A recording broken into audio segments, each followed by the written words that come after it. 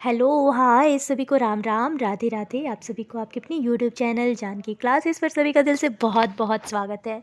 I hope कि आप सभी लोग बढ़िया होंगे, मस्त भी होंगे और अपनी तैयारी में भी लगे होंगे। तो सभी को मेरा राम राम, राधे राधे। ठीक है, सभी को राम राम, राधे राधे। और सुनिए, एक चीज़ और आप लोग को बता रहे हैं। देखिए, आप लोग क्या करते हैं, डीपली नॉलेज लेते नहीं है। ठीक है, आप लोग करते क्या है, क्वेश्चन पढ़ते हैं, निकल लेते हैं क्वेश्चन। सिर्फ क्वेश्चन पे फोकस ना करिए। आपके सीटेट का एग्ज़ाम सबसे ज़्यादा एसएसटी में, सबसे कम एसएसटी में आपके बनता है। क्यों बनता है? क्योंकि आप लोग फोकस नहीं करते हैं डीपली नॉलेज पे। ठीक है, तो मैं क्वेश्चन आपको सिर्फ क्वेश्चन नहीं कराने वाली हूँ। ठीक है, प्रोवाइड कराऊंगी तो सारे थ्योरी रहेंगे और डीपली नॉलेज देंगे। ठीक है, तो बस थोड़ा सा आप लोग को मेरे लिए अपना कीमती टाइम 20 से 25 मिनट देना पड़ेगा। ठीक है, और इसमें से क्वेश्चन सिर्फ आप लोग को एक नहीं, कम से कम कहीं से भी अगर पूछे कि गुलाम वंश के बारे में अगर आपसे कहीं से भी पूछ दे तो आप लोगों को कन्फ्यूज नहीं होना। ये क्वेश्चन आया था आपके 2023 में। क्या आया था? 2023 का क्वेश्चन है आप लोगों के कि गुलाम वंश की स्थापना किसने करी थी। तो यहाँ पे तो सब लोग बता ले जाएंगे कि गुलाम वंश की स्थापना आपकी कुतुबुद्दीन ऐबक ने करी थी। गुलाम वंश की स्थापना जो 1206 से 1290 तक था, तो ये तो सबको पता है। लेकिन आगे अगर आप लोगों से कोई क्वेश्चन पूछे तो कंफ्यूज नहीं होना है। तो चलिए, बस थोड़ा सा पेशेंस बना के ज़रूर वीडियो में एंड तक बने रहिएगा आप लोग। यहाँ पे बोल रहा है कि गुलाम वंश 1206 से 1290 दिल्ली सल्तनत का पहला शासक वंश था। इसकी स्थापना आपकी कुतुबुद्दीन ऐबक ने करी थी। कुतुबुद्दीन ऐबक मोहम्मद गोरी का गुलाम था, जो अपनी योग्यता और वफादारी के कारण उसके सेनापति और बाद में दिल्ली का शासक बना। जो कुतुबुद्दीन ऐबक था आपके दिल्ली सल्तनत का पहला शासक वंश था, जो 1206 से 1290 तक इसने स्थापना करी थी। और मोहम्मद गोरी का ये गुलाम भी था। ठीक है, जो अपनी योग्यता और वफादारी के कारण उसकी सेनापति और बाद में दिल्ली का शासक बना। पहले सेनापति था, फिर बाद में शासक बना। स्थापना कुतुबुद्दीन ऐबक ने मोहम्मद गोरी की मृत्यु 1206 के बाद दिल्ली सल्तनत की बागडोर को संभाली और उसने खुद को सुल्तान घोषित किया। दिल्ली में एक मजबूत शासन को स्थापित करा। इसे लाख बख्श के नाम से भी जाना जाता था। ये भी याद करके चलिएगा। गुलाम वंश का नाम जो था इसलिए कहा गया क्योंकि इसके शासक मूलतः गुलाम अथवा दास कहलाते थे, जो योग्यता के आधार पर ऊंचे पदों पर, अपनी योग्यता के आधार पर ये लोग ऊंचे पदों पर थे। महत्वपूर्ण शासक इसमें आपके कुतुबुद्दीन ऐबक थे। 1206 से 1210 तक शासन का आरंभ इनका हुआ था, 1206 से 1210। और इनको लाख बख्श की उपाधि मिली थी। अगर आपसे पूछे कि लाख बख्श की उपाधि किसको मिली थी, तो कुतुबुद्दीन ऐबक को। कुतुब मीनार का निर्माण आपके इल्तुतमिश ने कराई थी 1211 से 1236 से। और इनकी बेटी जो रजिया सुल्तान, पहली महिला शासिका अगर आपसे पूछे तो आपकी रजिया सुल्तान थी। लेकिन उनको भी ज़्यादा देर तक समाज ने ठहरने नहीं दिया, क्योंकि बस नारी होने के कारण मतलब उनको ज़्यादा राज्य करने का मौका नहीं मिला था। लेकिन रजिया सुल्तान अगर पूछे कि पहली महिला शासिका, तो आपकी रजिया सुल्तान ही थी। इल्तुतमिश की बेटी थी। 1211 से 1236 गुलाम वंश का सबसे प्रभावशाली शासक जो था आपके इल्तुतमिश था। उसने दिल्ली को मजबूत राजधानी बनाया। टंका और जिट्टा नामक सिक्कों को जारी किया। ये बहुत महत्वपूर्ण आप लोग के लिए। ठीक है, टक्का और जीटा नामक आपके सिक्कों को जारी किया था इल्तुतमिश ने। आपके 1211 से 1236 तक आपके इल्तुतमिश रहे थे। रजिया सुल्तान आपके 1236 से 1240 तक बनती हैं, जो कि भारत की पहली महिला शासिका बनती हैं। उसके बाद आते हैं आपके गयासुद्दीन बलबल, जो 1266 से 1287 तक रहते हैं। सुदृढ़ शासन और प्रशासनिक सुधार किए इन्होंने। और देखिए, अपना डेट ऑफ बर्थ थोड़ा सा कुछ देर के लिए आप लोग भूल जाइएगा, लेकिन इनका ना भूलिएगा, क्योंकि ये लोग का बहुत ना, एक नंबर में, सिर्फ एक नंबर में आप लोग के लिए ये कुछ नंबर आ सकते हैं और यही नंबर कट जाता है आप लोग का। तो थोड़ा सा ज़रूर ध्यान देते चलिएगा। और ये सारे पीडीएफ प्रोवाइड करा देंगे हमारे टेलीग्राम पे। ठीक है, अवसान यहाँ पे देखिए, सुदृढ़ शासन और प्रशासनिक सुधार के अवसान क्या होता है, तो गुलाम वंश का अंत जो हुआ था, अवसान होता है उनका अंत। यहाँ पे देखिए, कुछ स्लाइड छूट गए थे जो यहाँ पे ऐड कर दिए हैं, जो आपके जलालुद्दीन और फिरोज खिलजी आ जाते हैं उसके पहले का ही है, या अभी गुलाम वंश का ही है। इसे देखिए, गुलाम वंश को ममलूक वंश के भी ना, यहाँ पे देखिए कुछ महत्वपूर्ण टॉपिक थे, इसके वजह से इसे ऐड करना पड़ा है। ममलूक वंश कहा जाता था। इस वंश के शासक मूलतः गुलामदास तो आपको पता चल गया कि गुलाम यादास कहा जाता था। यह वंश लगभग आपके 84 वर्षों तक शासन में रहा है। ठीक है, ये जो गुलाम वंश था, गुलाम वंश की स्थापना आपको पता चल गया कि किसने कराई थी? कुतुबुद्दीन ऐबक ने कराई थी। मोहम्मद गोरी का इसमें महत्वपूर्ण योगदान रहा है। यहाँ पे देखिए कि गुलाम वंश का आरंभिक इतिहास मोहम्मद गोरी से ही जुड़ा हुआ है। मोहम्मद गोरी ने भारत पर कई आक्रमण किए थे, कई क्षेत्रों पर विजय प्राप्त करी थी। अच्छा, आपके इस डीएलएड में एक क्वेश्चन बन कर के आया था, महमूद गजनवी ने भारत पर आक्रमण के समय भारत पर आए अल-बरूनी ने किस ग्रंथ की रचना की थी? आपके अगर आपसे पूछे कि जब आपके महमूद गजनवी है जो भारत आया था, तो उस समय जो आपके किस ग्रंथ की रचना करी गई थी जो अल-बरूनी ने करी थी, तो आप क्या बताएंगे? तो उसे यहाँ पे मेरे फ़ोन में स्पेस नहीं रहता है, इसकी वजह से मैं कुछ बता ही नहीं पाती हूँ। देखिए, अगर आपसे ये क्वेश्चन पूछे कि मोहम्मद गजनवी जो है भारत पर आक्रमण किया, उस समय जो भारत में अल-बरूनी आए थे, तो अल-बरूनी किस ग्रंथ की रचना करी थी? तो आप बताएंगे शाहनामा। क्या बताएंगे? ये टॉपिक देखिए मैं बोल रही हूँ लेकिन आप लोग लिखते चलिएगा, ठीक है? शाहनामा, एक वेट सेकेंड, यहाँ पे लिख रहे हैं शाहनामा। फ़ोन के स्पेस की वजह से थोड़ा-सा दिक्कत होता है। ये क्वेश्चन आप लोग अल-बरूनी ने ये शाहनामा किसने लिखी है? तो आपके अल-बरूनी ने लिखी है। कब लिखी? तो जब महमूद गजनवी जो है आपके भारत आया था, जो आक्रमण किया था, उस समय ये ग्रंथ आपके किसने लिखा? ये भी लिख लीजिए आप लोग, अल-बरूनी। अल-बरूनी ने लिखी थी, ठीक है? चलिए, अब यहाँ पे देखिए मोहम्मद गोरी ने भारत पर कई आक्रमण किए, कई क्षेत्रों पर विजय प्राप्त की। 1192 ईस्वी में तराइन के दूसरे युद्ध में पृथ्वीराज चौहान को हराने के बाद उसने दिल्ली और उसके आसपास के क्षेत्रों पर अधिकार कर लिया था। 1192 में जो तराइन का युद्ध हुआ था, उसके दूसरे युद्ध में पृथ्वीराज चौहान को हराने के बाद उसने दिल्ली और उसके आसपास के क्षेत्रों पर अधिकार किया। 1206 में गोरी की मृत्यु होती है। उसके बाद आपके कुतुबुद्दीन ऐबक जो है सेनापति के बाद वो दिल्ली का शासक बन जाता है। ये तो आप सबको पता चल गया। ये तो आपको पता चल गया ना कि गुलाम वंश को इसे लाख बख्श के नाम से जाना जाता था। कुतुब मीनार का निर्माण आपके कुतुबुद्दीन ऐबक ने कराया। दिल्ली और अजमेर का प्रशासनिक केंद्र बनाया था आपके, दिल्ली और अजमेर को प्रशासनिक केंद्र बनाया आपके किसने बनाया? तो कुतुबुद्दीन ऐबक ने ही बनाया था। किसने? कुतुबुद्दीन ऐबक ने ही बनाया था। मेरे फ़ोन में स्पेस नहीं रहता है, इसकी वजह से मैं आप लोग को अच्छे से नहीं समझा पाती हूँ, इसके लिए सॉरी। लेकिन जितना बोलती हूँ अगर आप लोग लिखते चलेंगे तो बहुत ज़्यादा बेनिफिट होगा। मृत्यु जो हुआ था आपके कुतुबुद्दीन ऐबक का कैसे हुआ? तो मृत्यु इसके घोड़े से गिरने से हुआ था और 1210 में और लाहौर में इसकी मृत्यु हो गई थी। क्या? लाहौर में आपके कुतुबुद्दीन ऐबक की मृत्यु हो गई थी घोड़े से गिरने से, ठीक है? चलिए, उसके बाद आपके इल्तुतमिश आता है जो 1211 और 1236 तक राज्य करता है। उसके बाद आपकी इसकी बेटी आ जाती है, कुतुबुद्दीन ऐबक का दामाद रहता है जो इल्तुतमिश रहता है। उसके बाद आपकी रजिया सुल्तान आ जाती हैं। उपलब्धि जो है, इन्होंने दिल्ली को राजधानी बनाया, टंका और जिट्टा नामक मुद्रा की शुरुआत करी थी। चकबंदी व्यवस्था भी आपके इल्तुतमिश ने करा था। मंगोलों पर आक्रमण का सामना किया और उसे सुल्तानों का सुल्तान भी कहा जाता था। यही महत्वपूर्ण बिंदु जो आप लोग को वहाँ पे ऐड करना भूल गई थी, इसीलिए ये दोबारा आप लोग को प्रोवाइड कराना पड़ा है। चकबंदी व्यवस्था किसने की? इल्तुतमिश ने। मंगोल आक्रमण का सामना किसने करी? तो आपके इल्तुतमिश ने। और उसे सुल्तानों का सुल्तान भी कहा जाता था। किसको? तो आपके इल्तुतमिश को। रजिया सुल्तान 1236 से 1240 तक रहती है, भारत की पहली महिला शासकी। ये भी वहाँ पे भूल गई थी। उन्होंने जो है खुद को मर्दानी पोशाक में पेश किया और शासन में पुरुषों के समान अधिकार प्राप्त किए।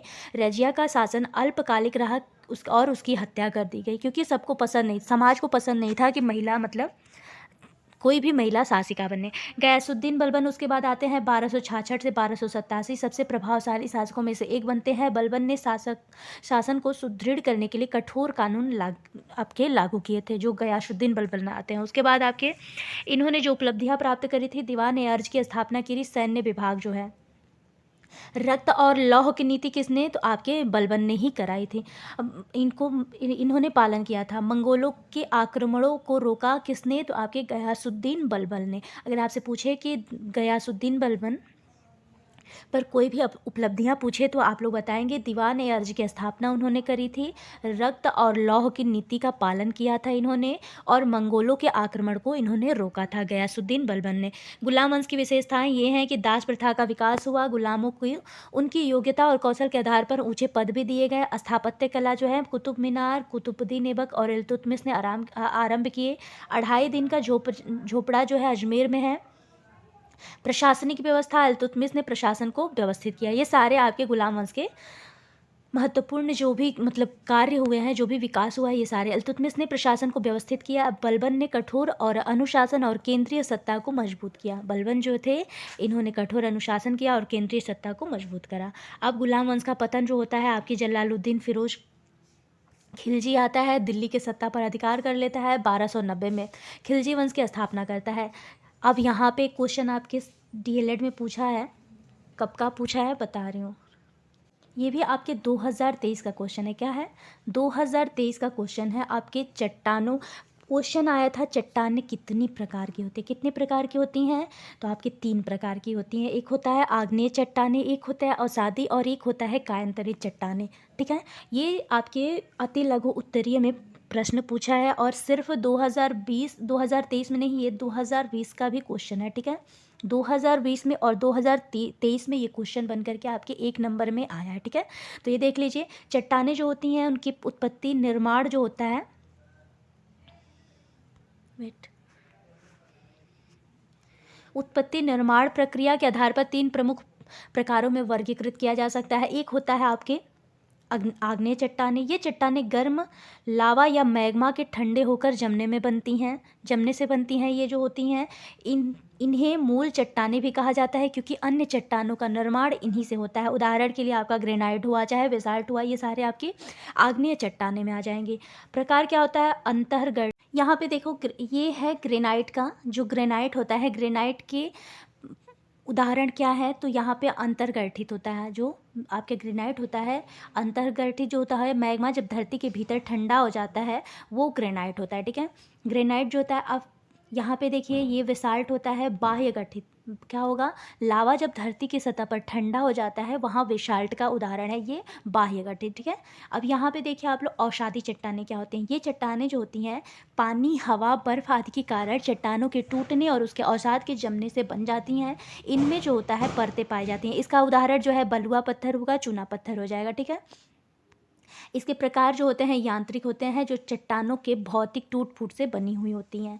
अब यहाँ पे उदाहरण के लिए बलुआ पत्थर आपका हो जाएगा। रासायनिक क्या होता है? तो खनिजों के रासायनिक जमाव से बनी, जैसे उदाहरण इनका चूना पत्थर हो जाएगा। सजीव जनित इनके जो प्रकार होते हैं अवसादी चट्टाने के, एक होता है आपके रासायनिक होता है, एक होता है आपका यहाँ पे देखिए, एक होता है यांत्रिक, एक होता है रासायनिक। यांत्रिक में आ जाएगा चट्टानों के भौतिक टूट फूट, रासायनिक में आएगा आपके खनिजों के रासायनिक जमाव से बनी हुई, जैसे चूना पत्थर। सजीव जनित जो होता है वनस्पतियों और जीवों के अवशोषण से बनी हुई होती है, जैसे कि आपका कोयला हो गया।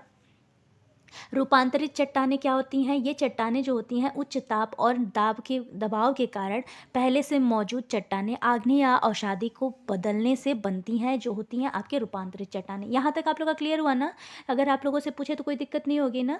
अवसादी चट्टानें कितने प्रकार की होती है? तो 3 प्रकार की होती है। एक होता है यांत्रिक, जो चट्टानों के भौतिक के टूट फूट से बनी हुई होती है, उदाहरण के लिए आपका बलुआ पत्थर हो जाएगा। रासायनिक एक होता है जो खनिजों के रासायनिक जमाव से बनी हुई होती है, उदाहरण के लिए आपका चूना पत्थर हो जाएगा। सजीव जनित एक होता है आपका वनस्पतियों और जीवों के अवशोषों से बनी हुई होती हैं, जैसे कि उदाहरण के लिए आपका कोयला हो जाएगा। उसके बाद आपका होता है मेटामॉर्फिक रॉक्स, जो होता है आपके रूपांतरित चट्टानें। ये चट्टानें उच्च ताप और दबाव के कारण पहले से मौजूद चट्टानें आग्नेय या अवसादी के बदलने से बनती हैं। तो इनका कार्य क्या होता है? इनका रूप जो होता है संरचना के आधार पर बदल जाता है। उदाहरण के लिए आपका समझ में आया ना, कि अगर आप लोगों से पूछे कि इनका रूप जो होता है, मैं आपके मेटामॉर्फिक का क्या प्रकार होता है, तो आप लोग बोलेंगे आग्नेय और अवसादी के बदलने से ये बनता है और इसकी संरचना जो होती है बदल जाती है। उदाहरण के लिए जैसे आपका संगमरमर हो गया, गनीश हुआ। इसके प्रकार कितने हैं? तो संपर्क होता है, एक होता है क्षेत्रीय। संपर्क में क्या आएगा? गर्म मैग्मा के संपर्क में आने से जैसे आपका संगमरमर हो जाएगा। क्षेत्रीय रूपांतरण आपके जैसे गनीश हो जाएगा, उच्च ताप और दबाव के बड़े क्षेत्रों में। अब चट्टानों के उपयोग में क्या क्या होते हैं? तो आग्नेय चट्टाने का उपयोग जो होता है निर्माण कार्य आपके ग्रेनाइट, सड़क कार्य बेसाल्ट। निर्माण कार्य में आपके ग्रेनाइट होता है, सड़क कार्य के लिए आपके बेसाल्ट का प्रयोग होता है। और सादी चट्टानों का प्रयोग कहाँ होता है? तो सीमेंट और भवन निर्माण, जैसे चूना पत्थर हो गया। ईंधन के रूप में आपके कोयले का भी आवश्यकता पड़ता है।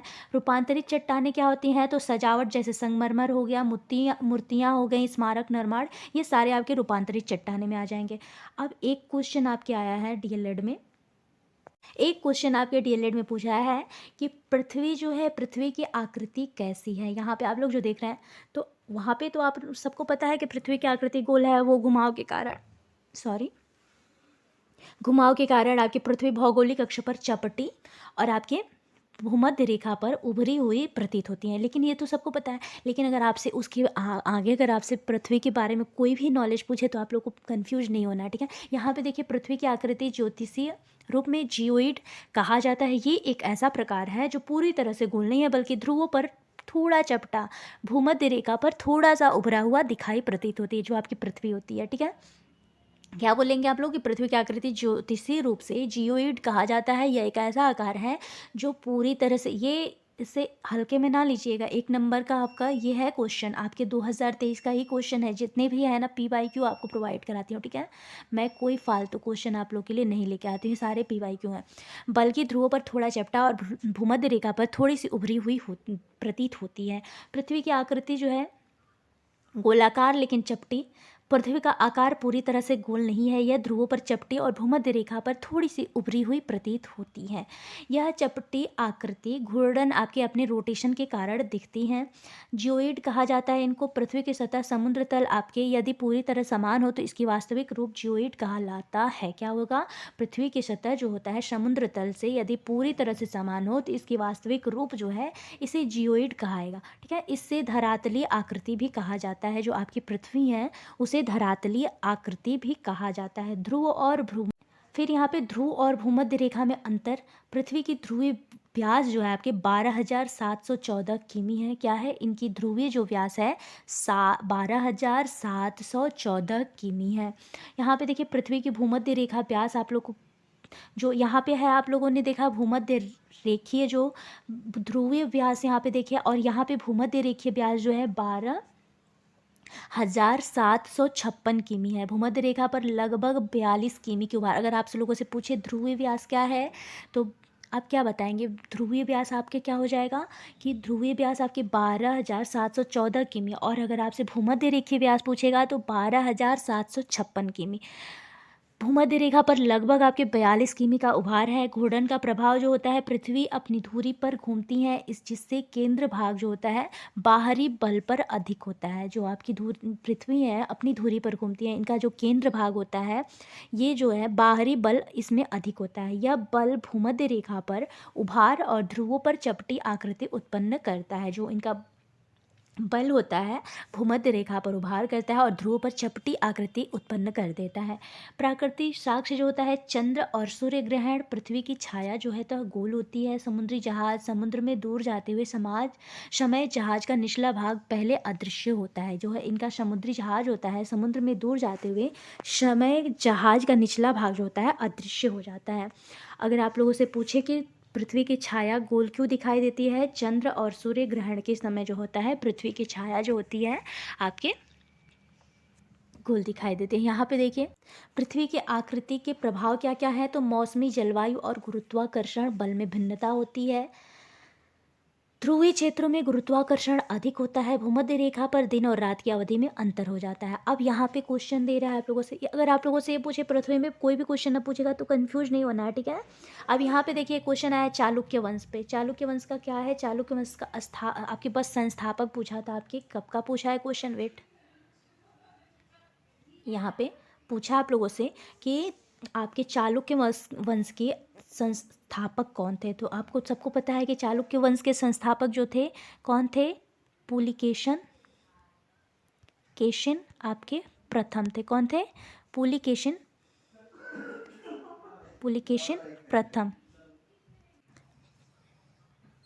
प्रथम था, जो अपनी राजधानी जो है बादामी से वातापी स्थापित करी थी, ठीक है। यहाँ पे स्पेस नहीं है, आप लोग समझ लीजिएगा। यहाँ पे देख ही लीजिए, यहाँ पे लिखा है ना, चालुक्य वंश प्राचीन भारत के सबसे प्रसिद्ध राजवंशों में से एक था, जिसने दक्षिण भारत और दक्कन क्षेत्र पर शासन किया। इस वंश का काल लगभग आपके 6वीं शताब्दी से 12वीं शताब्दी तक माना जाता है। चालुक्य वंश के 3 प्रमुख मुख्य शाखाएं थी। एक था वादामी वातापी के चालुक्य, कल्याणी के चालुक्य, और एक था आपके वेंगी पूर्वी के चालुक्य। और इसकी स्थापना किसने की थी? अभी पता ही ना कि पुलिकेशन प्रथम था, ठीक है। यहाँ पे देखिए, वादामी वातापी के चालुक्य जो है 6वीं से 8वीं शताब्दी तक है। जो वादामी के राजा थे वो थे 6वीं से 8वीं शताब्दी। स्थापना आपकी 543 में ईस्वी में पुलिकेशिन प्रथम ने इस वंश की स्थापना करी थी। राजधानी आपकी बादामी से वातापी थी। यह वंश दक्षिण भारत के पहले प्रमुख साम्राज्यों में से एक था। अगर आपसे पूछे कि चालुक्य वंश का कोई भी आपसे टॉपिक पूछे तो आप कंफ्यूज नहीं होना है। कब हुआ था? तो 543 ईस्वी में हुआ था। किसने करा था? तो आपके पुलिकेशिन प्रथम ने करा था इस वंश की स्थापना। इसे क्या बोला है? राजधानी जो है बादामी अथवा वातापी, इसे ब्रैकेट में इसलिए तो वातापी भी बोला जाता है, कंफ्यूज नहीं होना है। यह वंश जो है दक्षिण भारत के पहले प्रमुख साम्राज्यों में से एक था। प्रमुख शासक यहाँ पे पुलिकेशिन प्रथम था, जो 543 से 566 ईस्वी तक इसने राज्य करा था। इस वंश का संस्थापक था। उसने बादामी को अपनी राजधानी बना रखा था। अब यहाँ पे पुलिकेशिन द्वितीय आते हैं। कब आते हैं? तो 610 से 642 ईस्वी तक। सबसे शक्तिशाली आपके राजा इसमें थे। उसने हर्यकला हराने के बाद अपने साम्राज्य का विस्तार किया था। हर्षवर्धन को नर्मदा नदी के तट पर इसने हराया था। जो आपके हर्षवर्धन थे, हर्षवर्धन को इसने हराया, और हर्षवर्धन जो है नर्मदा नदी के तट पर उनको हराया था। उनको हराने के बाद उसने साम्राज्य का विस्तार किया। उसकी विजय की कहानी जो है अहोल शिलालेख रवि कीर्ति द्वारा रचित उनकी कृति में दर्ज है। पल्लवों के शासक जो नरसिंह वर्मन प्रथम ने पुलिकेशिन द्वितीय को हराकर वातापी पर कब्जा कर लिया था। इसको हराया किसने? तो आपके पल्लवों के शासक जो आए थे। उसके बाद आते हैं पल्लव के शासक। चालू के बाद के आपके पल्लव शासक आते हैं। उसमें आता है नरसिंह वर्मन। नरसिंह वर्मन ने पुलिकेशिन द्वितीय को हराता है और वातापी पर कब्जा कर लेता है। अगर आपसे पूछे कि इसकी विजय की कहानी कहाँ है, तो अहोल शिलालेख में रवि कीर्ति द्वारा रचित ग्रंथ में। ठीक है। अब सॉरी वेंगी आता है। फिर पूर्वी चालुक्य जो 7वीं से 12वीं शताब्दी तक। स्थापना कब होता है? 624 से चालुक्य वंश की पूर्वी शाखा का गठन होता है। राजधानी इसकी वेंगी हो जाती है। इस शाखा में आंध्र प्रदेश और आपके उड़ीसा के क्षेत्रों पर शासन होता है। ठीक है। इसमें जो प्रमुख शासक होता है राजा विष्णुवर्धन होता है, जो 624 से 641 वर्ष तक इसका राज्य होता है। वेंगी के चालुक्य संस्थापक कौन होते हैं? तो आपके राजेंद्र चोल प्रथम होते हैं। वेंगी के चालुक्य और चोल वंश के संबंध विवाहों के माध्यम से जुड़ा हुआ था।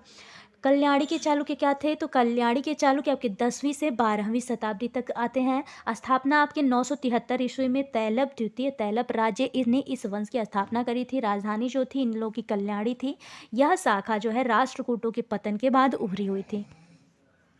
यहाँ तक क्लियर हुआ ना? मैं जल्दी जल्दी इसलिए कल आप लोग का प्रोवाइड करा रही हूँ क्योंकि टाइम ज़्यादा हो रहा है। देखिए जो कल्याणी है, कल्याणी के चालुक्य आपके 10वीं से 12वीं शताब्दी तक थे। स्थापना इनके 973 ईस्वी में तैलब द्वितीय तैलब राज्य ने इस वंश की स्थापना करी थी। राजधानी इनकी कल्याणी थी। यह शाखा राष्ट्रकूटों के पतन के बाद उभरी थी। प्रमुख शासक इसमें जो थे तैलब द्वितीय थे, जो 973 ईस्वी से 997 ईस्वी तक राज्य करते थे। कल्याणी के चालुक्यों के संस्थापक थे आपके कौन थे? सोमेश्वर प्रथम, जो आपके ये जो रहते हैं सोमेश्वर प्रथम आ जाते हैं। उसके बाद इन्होंने चालुक्यों का पुनः उत्थान किया। ये जो है उसके बाद आते हैं आपके विक्रमादित्य खष्ट आ जाते हैं आपके 1076 से 1126 ईस्वी। इस वंश का सबसे प्रसिद्ध शासक रहता है आपके विक्रमादित्य खष्ट। ठीक है। अब चालुक्य वंश की विशेषताएं क्या रहती हैं? राजनीतिक योगदान। इस वंश ने दक्षिण भारत में एक स्थिर साम्राज्य स्थापित करा, जिसमें पल्लव राष्ट्रकूट और चोलों के साथ संघर्ष होता है। ठीक है।